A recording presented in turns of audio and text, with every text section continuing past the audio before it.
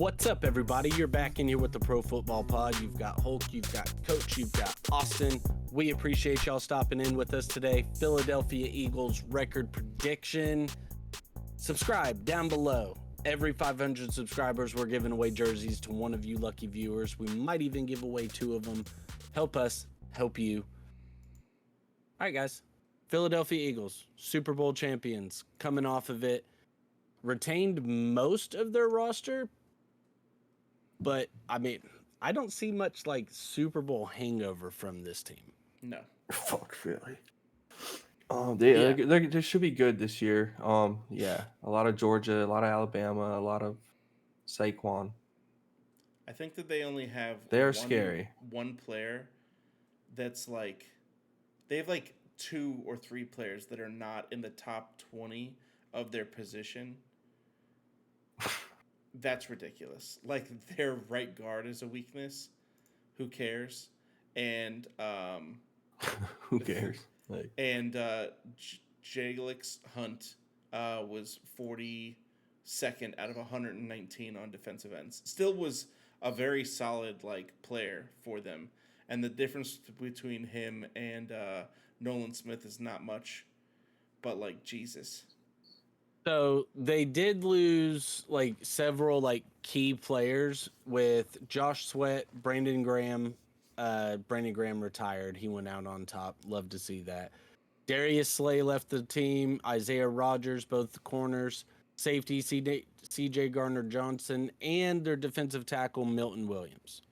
However, they were able to bring in the guard, Kenyon Green. They also brought in Azeez Ojulari as edge rusher, Adoree Jackson at corner, A.J. Dillon at running back, Josh Uche at edge rusher.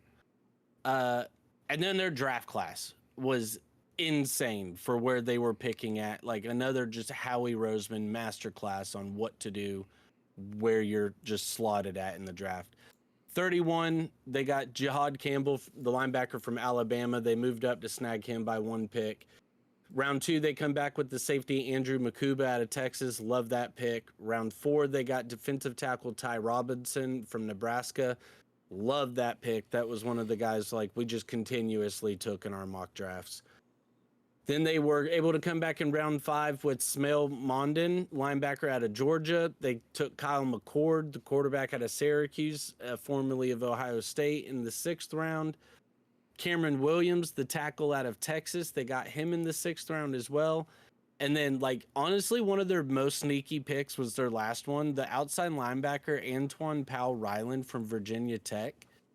That dude could be an animal. Like, they just went and got younger on their defense. And like I said, like, yeah, they lost several key contributors. But I think what they did to replace those guys and just the core of their team being as strong as it is, it's hard to see any fall off. So let's go ahead and dive into it real quick. If y'all are still here with us, hit that button down below.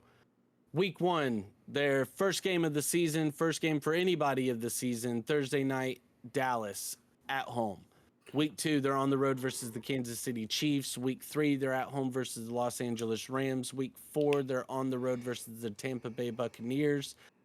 I have got them going 3-1 in that stretch.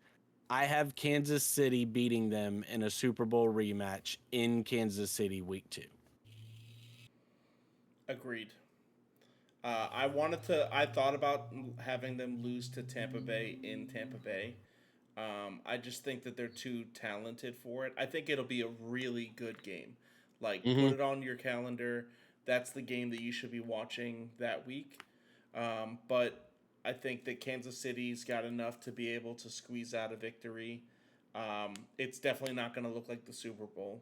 I think that they got embarrassed in front of everybody, and that they're going to come back with a vengeance. And also, you always got to think, too, the Super Bowl, that's the end of the season. They've played more games than anybody else in the league, those two teams has. They're beat up, they're worn out, they're tired. Like, so you're getting a fresh Kansas City in week 2. So I that's where I think it's just going to be much different of an outcome. Austin, what do you think those first 4? I think they could easily go 4-0. Oh, I do too. But just for the sake of, trying to just play the averages of it. Yeah. Kansas Yeah, if City there's one in team that's going to Kansas get him, it's City, Kansas week City. 2, healthy KC.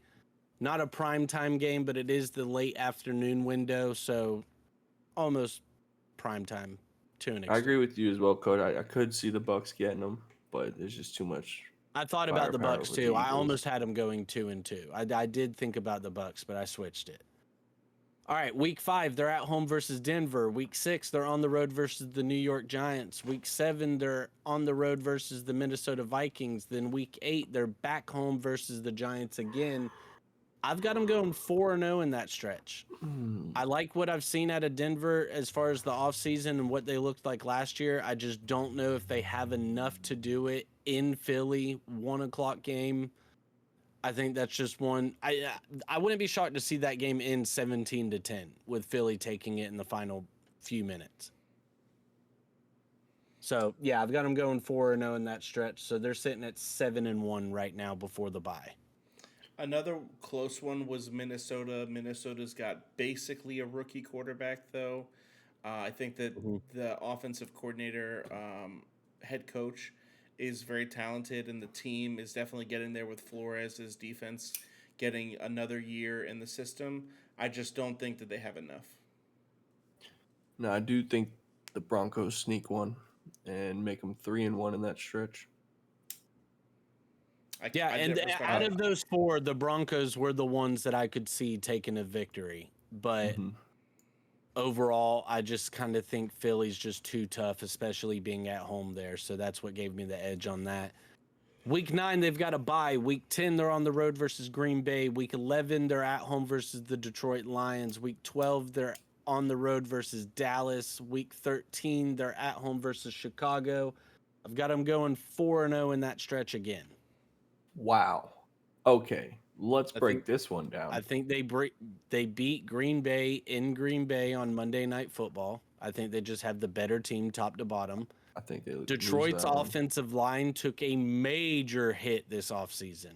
So I think a lot of people are going to be higher on Detroit than they should be. I think we see slight regression out of the Lions this year because of that offensive line. Dallas, I think Philly sweeps Dallas this year, and Chicago. I just think Philly's just the better team in that aspect. So, yeah, that's how I came with 4-0. Sweeps Dallas with a healthy Dak. Yes. I don't think a healthy Dak matters, but yes. A healthy Dak is good. A healthy Dak is a top 12 quarterback in the league with no hesitation. 12. Top 12 quarterback. That's so awesome. What's your prediction? That's a playoff quarterback. 1 and 3 in that stretch. 1 and 3. Wow. 1 and 3. Yes. I mean, I guess I can't be too surprised because I did give Dallas the loss whenever we were doing the Dallas video, and I'm going to stick to that right now. I think that they go 2-2 though. I think that Green Bay and Detroit are built to be competitive in the NFC, and I think that Philly, even after the bye, I think Green Bay is going to be able to play their game.